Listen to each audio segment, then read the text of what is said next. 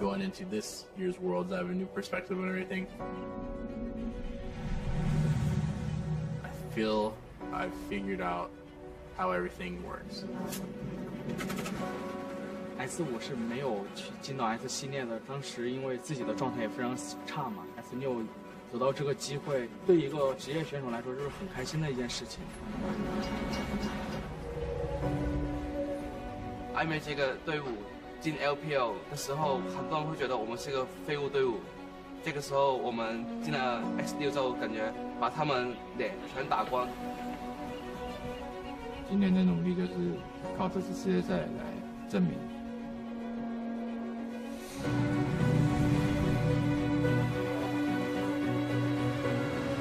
오랫동안 못 봤었는데 주목도 높은 그런 무대에서 좋은 경기 보여드리고 그냥 좀 오랫동안 기억에 남는 경기. I'm really glad I finally made it to the World Finals. It was my dream. It feels amazing. Primeira vez acabou conseguindo ter uma vitória, a segunda vez até conseguiu ter duas e foram muito bem. E a gente espera continuar melhorando isso a cada ano. A gente espera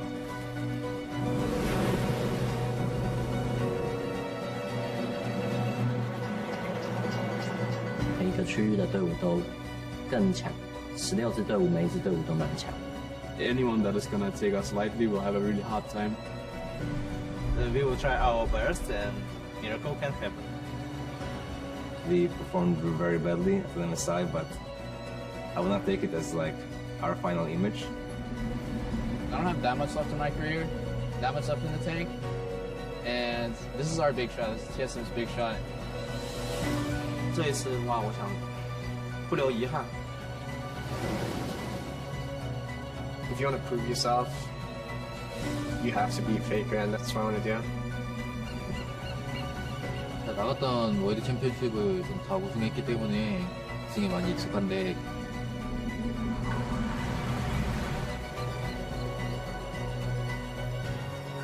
전 세계에서 최고가 될 수 있는 그런 기회잖아요. 그래서 그 기회를 꼭 잡아야 된다고 생각해요.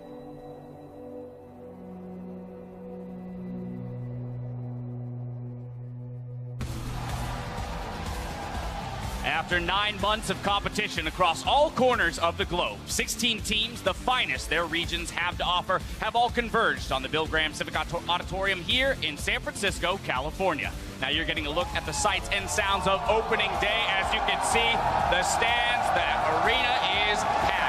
Plenty of energy for the very first day of the group stage. Of course, this is a marathon, ladies and gentlemen. 5 weeks of competition. Everyone streaming in moments ago to take their seats, but plenty of fandom here. As you can see, Cloud9 fans in the crowd. We've got TSM fans in the crowd, but it's not specific to NA. We've got people who are fans of every region and every team from across the globe. Gentlemen, while the teams are closer to the Summoners Cup than ever before, their toughest challenges lie ahead as 5 weeks of competition will leave us with just one team to be crowned, the 2016 League of Legends World Champions. Hello, ladies and gentlemen. I'm James Dash Patterson, thrilled to be here on the analyst desk with none other than Mitch Krepa Vorspools, Chris Papa Smithy Smith, and Alberto Crumbs Rengifo. Gentlemen, we are poised for the biggest and best Worlds in history. How are we doing today? I mean, you were talking about NA fans like they were cheering for Doublelift, but we have the biggest Korean fanboy right here on the desk.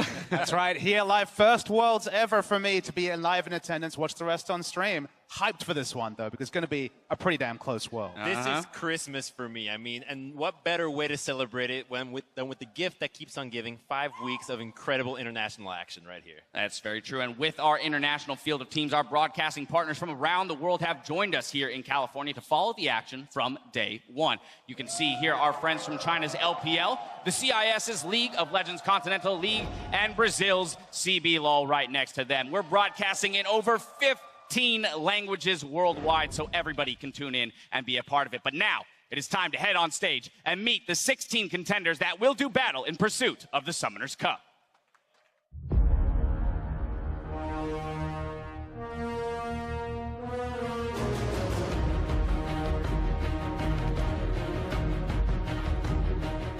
Ladies and gentlemen, welcome. We are here for the DreamHack Summer 2011 Championship game. Oh my! Going to win the Season 1 championship if they can hold.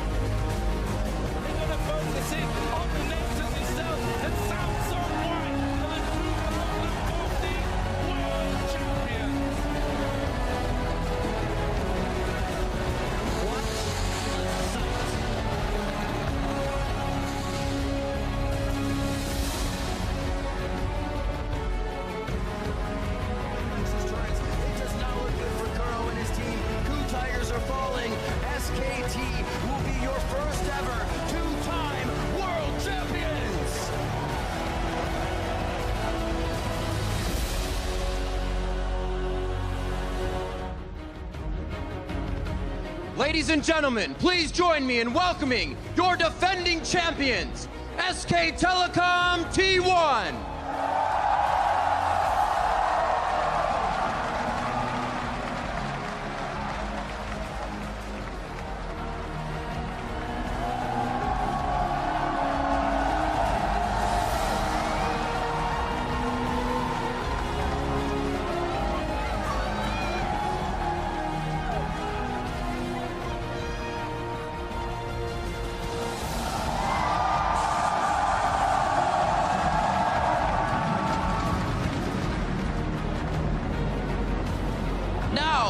Meet the teams here to challenge their title for the Summoners Cup. Starting in Group A, from Korea's LCK, ROX Tigers.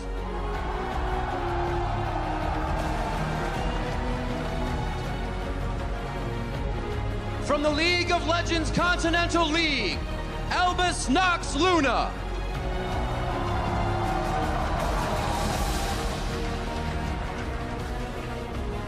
Representing the European LCS, G2 Esports.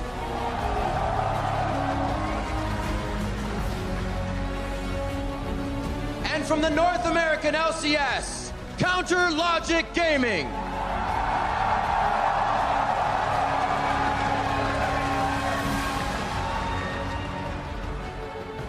Now turning to the teams fighting for dominance in Group B. From the League of Legends Master Series, Flash Wolves.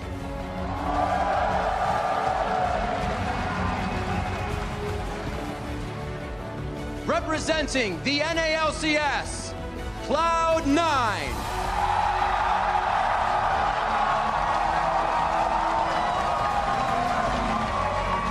From China's League of Legends Pro League, IMEI.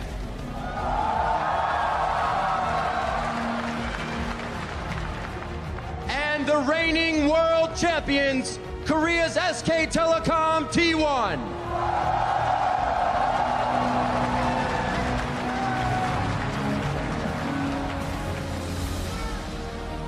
Ladies and gentlemen, let's hear it once again for your teams in Group A and B.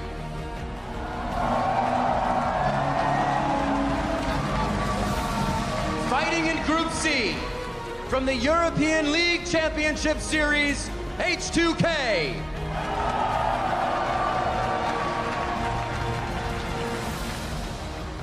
Returning to the world stage from the LMS, AHQ Esports Club.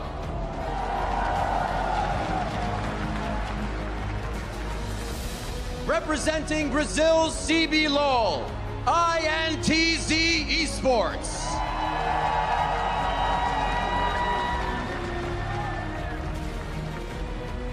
And from the LPL, Edward Gaming.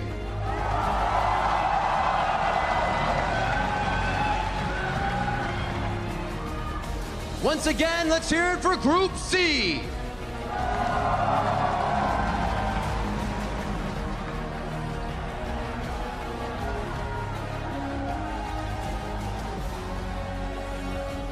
And finally, in Group D, from Korea's LCK, Samsung Galaxy.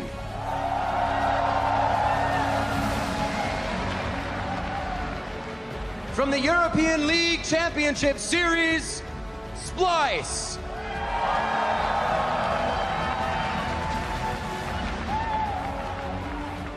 From China's LPL, Royal Never Give Up.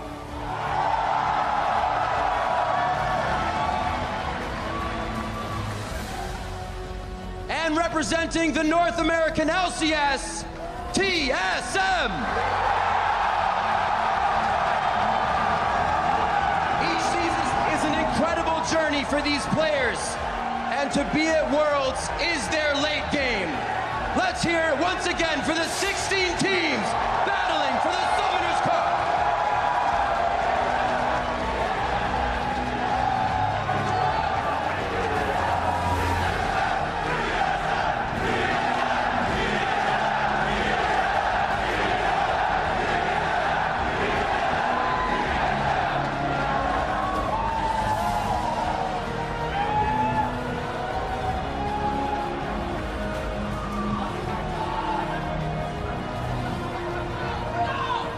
Teams from all over the world now gather together after this journey, after an experienced success, seeing the ups and downs of a year.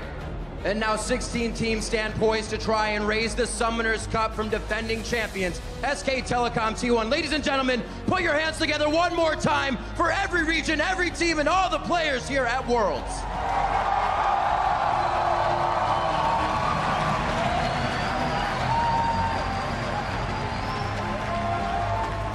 "16 of the best teams from across the world here on one stage to do battle for the title of champions. This is a culmination of a year's worth of work, Crumbs, and it all comes down to this. San Francisco, the start of the group stages. I'm sure you can relate to this, Mitch, but the amount of effort that these guys have put in to get here is insane. They have tried so hard. They have sacrificed their lives for this moment, and so many of them are just so happy to have this chance and really show off. And more importantly, once that deafening scream came out for TSM, oh boy, everybody in the audience gets goosebumps, and that's honestly so. You put so many hours in it, you sacrifice so much of your life, but then these moments is where it's worth it. So to all the fans out there, keep cheering whenever you see your player on stage, off stage, outside. Keep that fandom alive because it means so much to all the players. That it does. And of course, gentlemen, something we cannot ignore that is unique to this year's World Championship.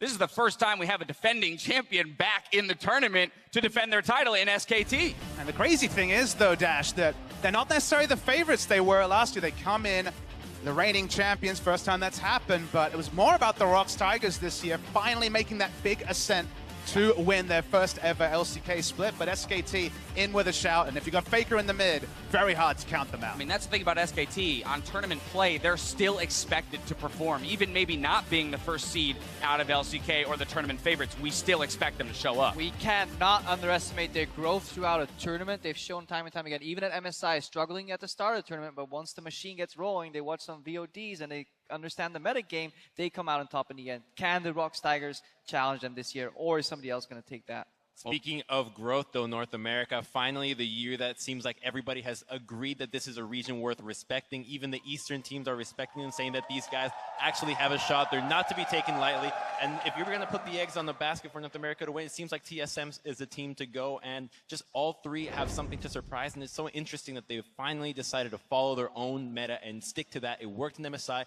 It could work here again.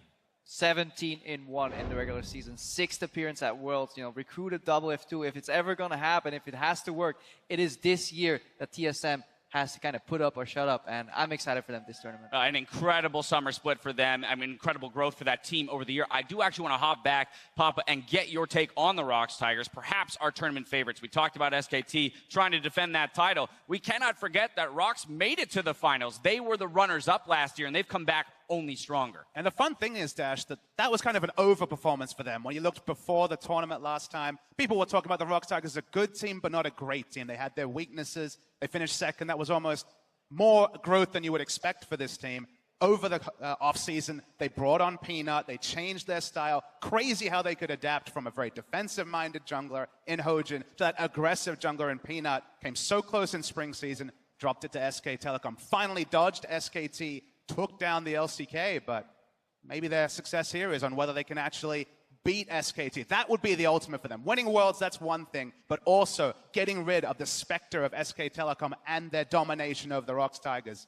That will be a Worlds to remember. Yeah, we talked about 2 Korean favorites here, but if we're going to talk favorites for the entire thing, we have to talk about Edward Gaming. EDG is coming in undefeated. They were 16-0 in series in the regular season. They have such a fantastic lineup, probably the best AD carry, probably the best bot lane in the tournament they have with them, and they're honestly tournament favorites. Right, you talk about that 17-1 out of TSM, 16-0 out of EDG, just as, if not more impressive. Well, if you got to talk about favorites, you also have to talk about the dark horses. And we've known that LMS has been the dark horse all of this time. They always play spoiler and just surprise every single time. And what's interesting is that these two teams also happen to have almost an identical lineup to what they had last year, which is so exciting because that doesn't really happen. You get to see the growth of a team throughout an entire year, and they make it back.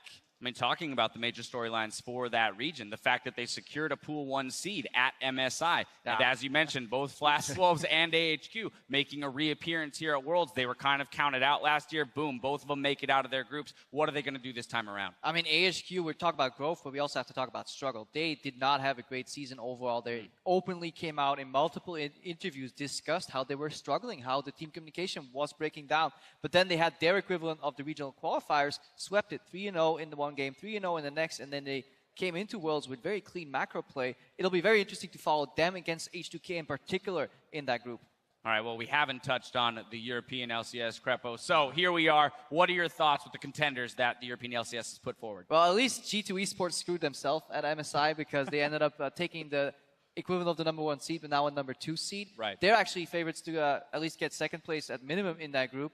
And then H2K, in my opinion, can make it out too. So that would be great for Europe. And then if Splice can maybe play spoiler, maybe take one game of TSM, I'd be happy.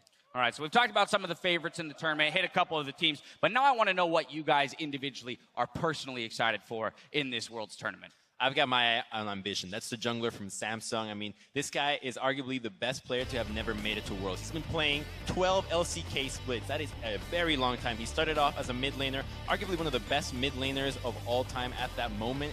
He struggled, became a jungler, and did not find success initially. Eventually, found success in the beginning of this year. And against all odds, they managed to qualify, beating a KT team that they had gone 0-19 against to beat in the qualifiers and finally make it here. And they've got something to prove. It just meant so much for Ambition. This is a player who started playing highest level, competitive League of Legends in OGN Champions at the time in April of 2012. We're talking about 9 months before LCS even started. Was top tier at the time. Faker came in and then maybe he went down the tier list a bit, but changed role. Now here with Samsung. There was an interview with him just before where he basically counted himself out. He thought, okay, I don't think I'm going to make it to Worlds. I've come so close so many times. Maybe it's not going to happen for me. And it was just so much emotion from that Samsung team, but Ambition in particular. Now, talk to me about this jungle then that we have, because Ambition is just one piece of it. What about the rest of the jungle pool, and especially here on patch 6.18, as we've, kind of skipped a couple patches here, how do we expect this to develop? I mean, we brought standard lanes back in 6.15. Right now we're 6.18 here, and it's going to be beautiful. Dispatch brought back 2 things that I love, which is the art of the laning phase in the bot lane and jungle pathing. And with that in mind, there's one player that I like to follow throughout this tournament. It's a Voidalist from IMA who are up to a tall task. They need to kind of surprise in this tournament, but if there's one player that can do it, it is a Voidalist right there, because he has shown, especially in their series versus RNG, where he kind of out-jungled and out-maneuvered MLXG in some creative jungle pathing, and that's what I want to see more. Teams breaking the mold, challenging convention here in this tournament, and teaching us what there is to learn about League of Legends, because every year there is something that we get taught, like when it was Mata solving Vision back in the day, or teams just kind of figuring out lane swaps. I wonder what we haven't learned yet that we're about to learn at this tournament. I'm excited for exactly the same. Now, Papa Smithy, looking at the world's top 20 list that was thrown out recently, 6 ADCs find themselves on that top 20 list. That means we are stacked with ADC talent coming into this world. That's exactly the word I wanted to use, is stacks. You take a step back when you see the 16 teams, like, okay, what's big in this tournament? I don't think there's ever been a point where the top 6 players in their role in the world are attending the same tournament. I think we have it here. Bang, Prey, Deft, Uzi, Doublelift, and Sven. Representatives from Korea, China, North America, and Europe. It's a world-stacked field, and I'm excited because we're going to get to see 2 of these players battle today in Uzi versus Doublelift later in the day. Final match of the day. What a way to end it. Exactly, but the thing is, more of that in the group stages, and then potentially some best-of-5s between these great talents. And the crazy thing about these AD carries is that while we rank them very similarly to each other, they play such different roles within the team. You have the likes of Doublelift, a shot caller. You have the likes of Uzi and Deft, who just play hard carry for their team, or Prey, who's that utility guy. But all of them are so good in the laning phase, and all of them just play such pivotal roles for the team that it's so exciting as they actually find ways to lane and then transition that into the mid game. Yeah, but you guys are all talking about these great AD carries, picking up all the spotlight, the pride, but there are a couple of players that really make them shine, who honestly need more value. The better halves, the better halves, of course, and that's their supports. The likes of a Mythi at this tournament, a Mako, Mata looking for somewhat redemption here. Gorilla still there. Like, these bot lanes, not only do they bring great AD carries, they bring complete bot lanes, and that is much more fun to watch than seeing a great AD carry perhaps carry like a struggling support or vice versa. So I'm so excited for the bot lane 2v2s. Even more so, exactly, because we're going to see 2v2s in the bot lane, right? We're not going to see the lane swaps when people get babied through those early stages of the game. This is all about how you play those matchups. I mean, in particular, I'm going to put you guys on the spot here, since we're talking about ADC talent. Best ADC in this tournament, who is it? I think you have to say it's Deft. I mean, It's hard for me to say. Still a Korean player, so still in my region, I guess, technically, but there's so much talent. But the one way you can kind of split that talent, Dash, is looking at some of the champions that are going to be in the meta. And a big pick for me is going to be Ezreal. We have 3 Ezreal gods at this tournament in Bang, Prey, and Def. All of them very well known for playing this champion. Thing about Ezreal, you play solo queue. Ezreal on your team doesn't seem like he does a lot of damage, but these players played at the most highest level with all the skill shots in this kit. When you get to see the best in the world on this champion, you take a step back and all you can do is smile. And speaking to your Ezreal point, Ezreal's one of the oldest champions in the game. That's why these guys that have been such around, these are the OG Ezreal players. They're so good at it. They have mastered it for years and years, and that's why you don't see those newcomer AD carries that are unable to actually master this champion to the level that they can display. I mean, it's all about skill shots when it comes to Ezreal, but on top of that, as we've watched the meta develop, we saw Jhin get nerfed, we saw Ashe get nerfed, we got Sivir get nerfed, so Ezreal's going to rise in priority here. He allows some safety for that late game, has that 2-item spike, and more than anything, he's just an exciting champion to watch. I think that's a big part of it, is watching good players play Ezreal at a high level is exceptional to watch. And good Ezreal is exciting to watch. Right, well, yeah, bad Ezreal buys tiers and farms. I don't know, bad Ezreal is kind of fun to watch too, to be honest. Just if you're mediocre, then I have no interest. All right, well, moving on then to our next beat here. You've heard from us on the desk what we want to see and what we're taking away from this tournament. Now tweet at LOL Esports with the hashtag Worlds and tell us what you're most excited to see during the group stage and why. We'll check in on the conversation later today, so keep your thoughts coming. Now, all of Worlds 2016 will be played on patch 6.18, and while Yorick is disabled, everything else is fair game, which means we might see a Kled. And my question to you is, will we see a Kled, and will we see it today? So I think the teams, the way that they're going to play Kled, they're going to ease into it like an old man into warm water. It's really... into warm batter. I don't want to see that ever. So that's why, because it's such a new pick and not everybody knows how to play around it, you have to be very cautious with how you play it. There's such a strong meta already developed in the top side that can easily bully out a Kled, and it's honestly a rough pick. So I find it that a team that most likely will have an easier matchup might experiment with it and see some success, and then other teams will likely pick it up, or we'll see the reverse. It'll fail, and nobody will pick it. My prediction is it's going to be a champion we'll probably see, maybe even today. We're going to see someone try it out. I feel like the first time you see it, that's kind of be the acid test. So whether it's, say, international, it's one of the outsiders of this tournament playing against a favorite, if it struggles, then I think other teams might take one back. I don't know, this seems like a riskier pick than it might necessarily be. But I'm expecting to see a lot of poke this time, a lot of Jace, a lot of Ezreal. Engages at a premium, that Kled ultimate, the charge. It really can lead the charge, so it has the potential, but whether we'll see it a lot remains to be seen. I mean, if we take that point that Crumbs made right there, they has a slightly weaker laning phase where you can get countered, which means you kind of want to counterpick Kled on like 5th rotation purple side. The problem is right now, mid lane meta is also very counterpick oriented if you follow the pro players here, because the likes of Syndra, Cassiopeia, and even Orianna kind of have like a rock, paper, scissors relationship right there. I don't think there's too much space for counterpick top lanes right now at the tournament, because they'll just lock in something really strong early. That may block Kled, but it should be no surprise when a team whips it out and suddenly starts carrying, because it's so unpredictable. That ulti is a game changer. I think one of the most exciting things about these larger tournaments for me is watching that meta develop within the tournament itself, watching successes and failures and seeing how teams react to those moving into week 2. Now, for a deeper dive on 618, check out our full breakdown on lolesports.com. All right, well, we'll get to our first look at contenders in just a few minutes, starting with Group A, as Europe's G2 Esports and North America's CLG set up on stage for our first clash of the tournament. Then the Rocks Tigers will go up against Albus Nox Luna. Group C is up next with H2K versus AHQ and CB Lulz INTZ versus Edward Gaming. Then it's Group D as Korea's Samsung Galaxy takes to the stage against Europe's Splice. And our final match of the day pits TSM against the LPL's Royal Never Give Up. What a doozy to end the day. Now, throughout Worlds, we have the Riot Games 2 stream up and running to bring you a specialized look at the action unfolding on Summoner's Rift. We'll have special guests and a team of analysts for each game during group stages, offering a rotating focus of specific lanes, matchups, or exciting players. Now, during our first match of the day, Sipa, Zyrene, and their guest Matt will tunnel in on the support matchup between Mithy and Afromove. For more details, click over to lolesports.com or check in on the Riot Games 2 stream throughout the tournament. Before we go, though, gentlemen, it's time for me to put you on the spot one last time. Our first game of the day, G2, CLG, EU, NA. Down the line, Crepo, who you taking? I'm going to go for G2 Esports here. I know CLG come into every tournament with a lot of cheese. They'll whip out the Parmesan, the Gouda.